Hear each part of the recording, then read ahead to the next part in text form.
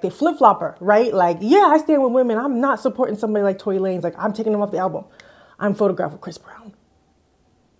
I don't understand how we went from A to B. Another thing about Kehlani, I personally feel like Kehlani is the light-skinned version of Nick Cannon. The way that we all look at Nick Cannon's dating patterns and we're like, yeah. I look at Kehlani the same way. A lot of Kehlani's fans are black women. And potentially dark-skinned women, because a lot of dark-skinned women love to champion mixed-race girls. But that is your fan base, you know. And like, with that being said, you still don't care to be seen with someone who is an open colorist.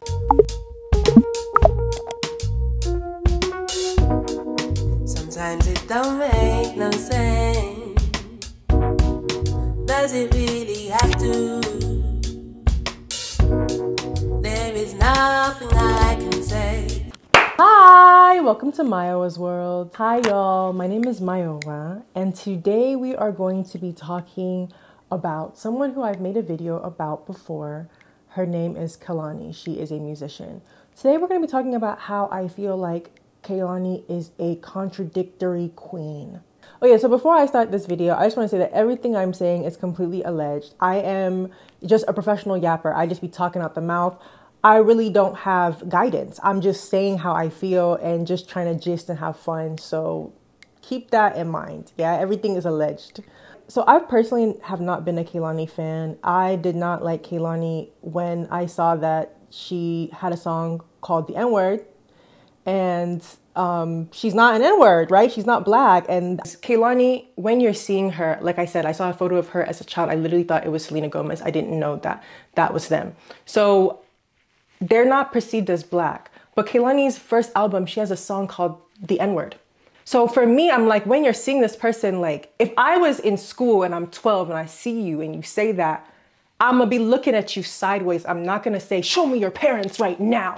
Like, I'm gonna be feeling emotional in the moment.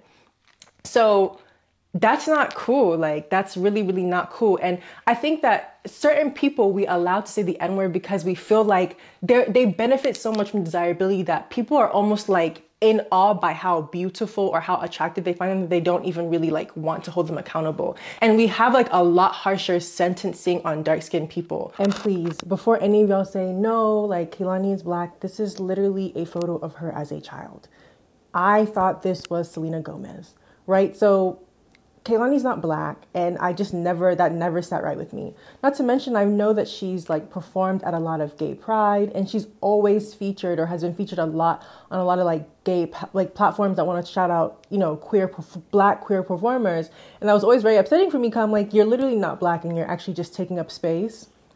I don't really trust somebody who does that. For me personally, I've always felt like Kehlani had a lot of contradictions and was just kind of never called out for it because I feel like the way that she's positioned and how she looks and how she benefits from desirability, a lot of people want to believe in her and give her a lot of grace. You know how people always say like SZA's a liar or whatever? I feel like how we feel about SZA is really Kehlani. Like SZA will lie about like, did you eat cake? She'll be like, no, and then the cake will be behind her.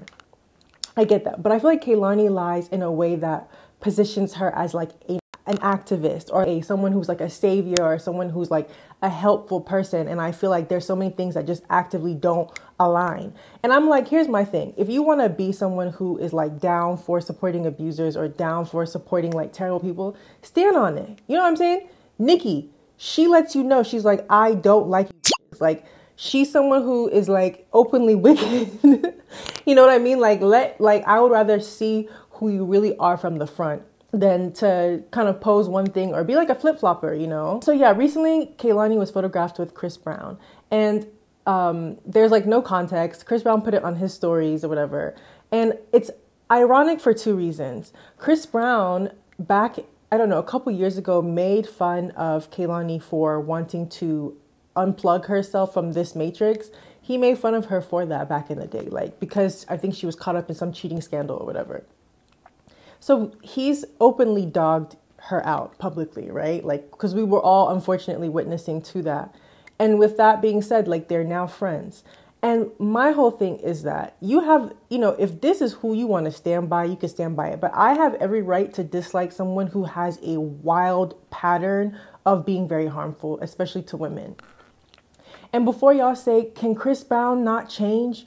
Do we not forgive? No. Yeah, I'm not forgiving. That was never my politics. I've never said this is a forgiving channel. I've never said I am a forgiving person, because the way that y'all use forgiving is very weird. Like, y'all want people to forgive something that could actively harm them. And also they're in real time doing wild things and they're saved under the umbrella of forgiveness, right? Like, I'm going to also read out a list of allegations that Chris Brown has, just so we can kind of piece together who people are wanting us to be forgiving towards. In 2009, Chris Brown physically assaults Rihanna. In 2012, Chris Brown is involved in a New York City nightclub brawl. In 2012, Chris Brown violates his restraining order. In 2013, Chris Brown clashes with Frank Ocean. In 2013, Chris Brown's probation is revoked. In 2013, Chris Brown is arrested for felony assault. In 2013, Chris Brown enters a rehab facility. In 2014, Chris Brown is kicked out of a treatment center. In 2014, Chris Brown is granted early release from jail. In 2014, Chris Brown pleads guilty to assault. In 2015, Chris Brown's probation is revoked. In 2015, Chris Brown says he's banned from entering Canada. In 2015, Chris Brown allegedly hits a man in Las Vegas. In 2015, Chris Brown is detained in the Philippines. In 2016, Chris Brown is sued by his ex-manager. In 2016, Chris Brown is arrested on suspicion of assault. In 2017, Chris Brown allegedly punches photographer. In 2017, Chris Brown is ordered to stay away from ex-girlfriend Karrueche Tran. In 2018, Chris Brown is sued by an unidentified woman for alleging SA. In 2021, Chris Brown is accused of striking women in his home. In 2022, Chris Brown is sued by women claiming he R-worded her and D-worded her in Miami. This is your king? This is your king?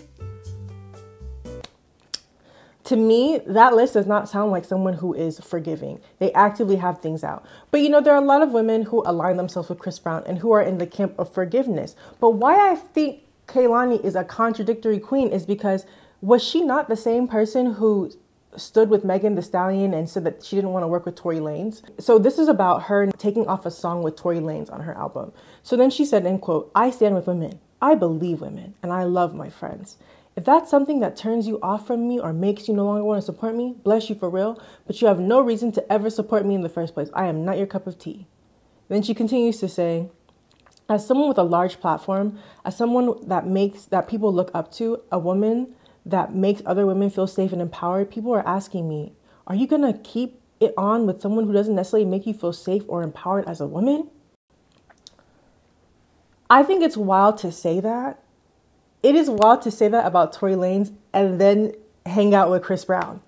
I don't know, let me know if y'all are also seeing this as wild, but I actually think they're like two sides of the same coin. And here's my thing, don't say the whole performative thing. You know what I mean? If you're going to be someone who aligns yourself with these people, don't say I stand with women. You know what I mean? She did a long essay. She said a very emotive thing that people can actually hold you account to. So yeah, that was to me, this aligns with the person that I've seen with Kehlani over the years with the flip-flopper, right? Yeah, I stand with women. I'm not supporting somebody like Tory Lanez. I'm taking them off the album. I'm photographed with Chris Brown. I don't understand how we went from A to B. Another thing about Kehlani, I personally feel like Kehlani is the light-skinned version of Nick Cannon. The way that we all look at Nick Cannon's dating patterns and we're like, yeah. I look at Kehlani the same way. Kehlani has continuously dated a harem of light-skinned girlies, right? They all look like the same template. I was trying to find out all of their exes and I couldn't because they all look the same. They're all within the same shades of waffles. And so my whole thing about it is I get it because Kehlani's also within that shade range, right? It makes sense if she's someone who's mixed, she's dating these mixy girls. It makes sense, right? But what doesn't make sense to me is the fact that she will date these mixy girls, but then when she was dating guys, she was continuously dating colorist men who are black and or dark skin, right? Brown skin or dark skin. And I think that really tracks, you know what I mean? Because I feel like when people think of masculinity, they like to affiliate themselves with black men, and black men like YG and other men who she's dated also have an interest for women who are like Kehlani. But to me, I just think once again, the contradiction, right? You're someone who is queer and talks about your experiences, but I've never, let me know if I'm wrong, but I've never heard her address the fact that she dated YG, who was an openly colorist, and all of the other colorist people who she dated in the past. I was having conversations with Nip about, I'm like, look, bro, we got some light-skinned, pretty girls we gotta raise. We in trouble, my. What we gonna do? I feel like Kehlani has an allegiance to men who embarrass her, or like, you know, just constantly being around men who just like embarrass her. Like, I just think and personally, I feel like, you know, when you hang out with men who are colorists, it tracks. And to talk about the contradiction, like Chris Brown has been like allegedly outed as like a colorist many times. Like, he's had so many lyrics that are very colorist, in my opinion. He's also been he's also been accused of having sections of clubs where he only lets in light skin and mixed race and white women. So personally, I would not want to be affiliated with a man who I feel like has a fetish, right? Or does not like dark skinned women. Like, if I'm somebody who Kehlani has had a lot of Kehlani's fans are black women. And potentially dark skinned women, because a lot of dark skinned women love to champion mixed race girls.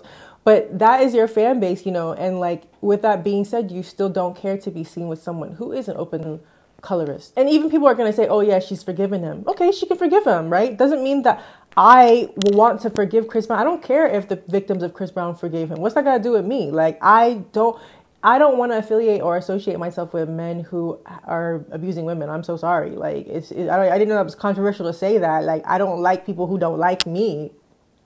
And there's many things in life, like there are so many people, black people, who have experienced racism and forgive the person who did that to them. But us black people still have feelings. Like, what was it? That boy who pew-pewed up a church, right? I think the church ended up forgiving him, but I would never forgive him. I would never forgive that. I would never forgive racism. I'm so sorry. I'm like, no, I'm carrying that with me. No.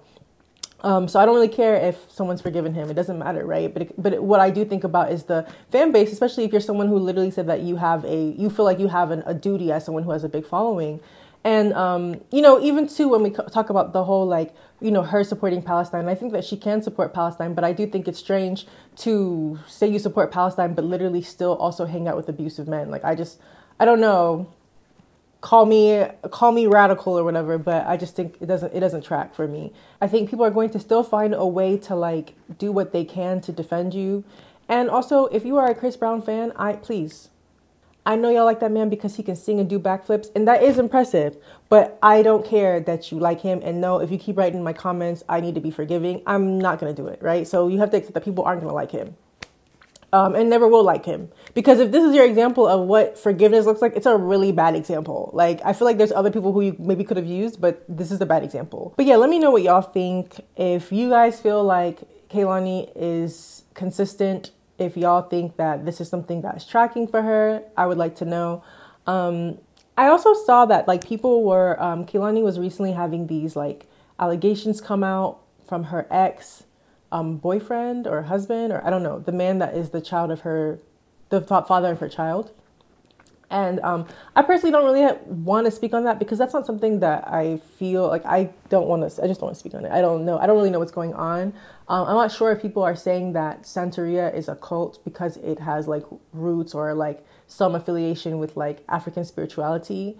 I don't know if that's why they're saying it, or if they're saying it because something's really going on. So I'm just not speaking on it, but anything that has to do with African spirituality is not automatically a cult. And we need to be very careful of the language we use that demonizes West African spirituality. Y'all, half of the early bird tickets are sold for my Warmer Shades Cabaret. Get your tickets. I'm really excited to see y'all there. If you made it to the end, tell me how y'all like my makeup. I am trying to freestyle more. I used to be somebody who would watch makeup, like girls who do makeup, and try to like emulate it exactly. But I'm trying to just have fun and come up with styles and designs from my own head. So let me know if you like my makeup. Update, y'all. If you see I'm in a new location, my best friend, Zakia, has allowed me to stay at her house, Zakia and her husband.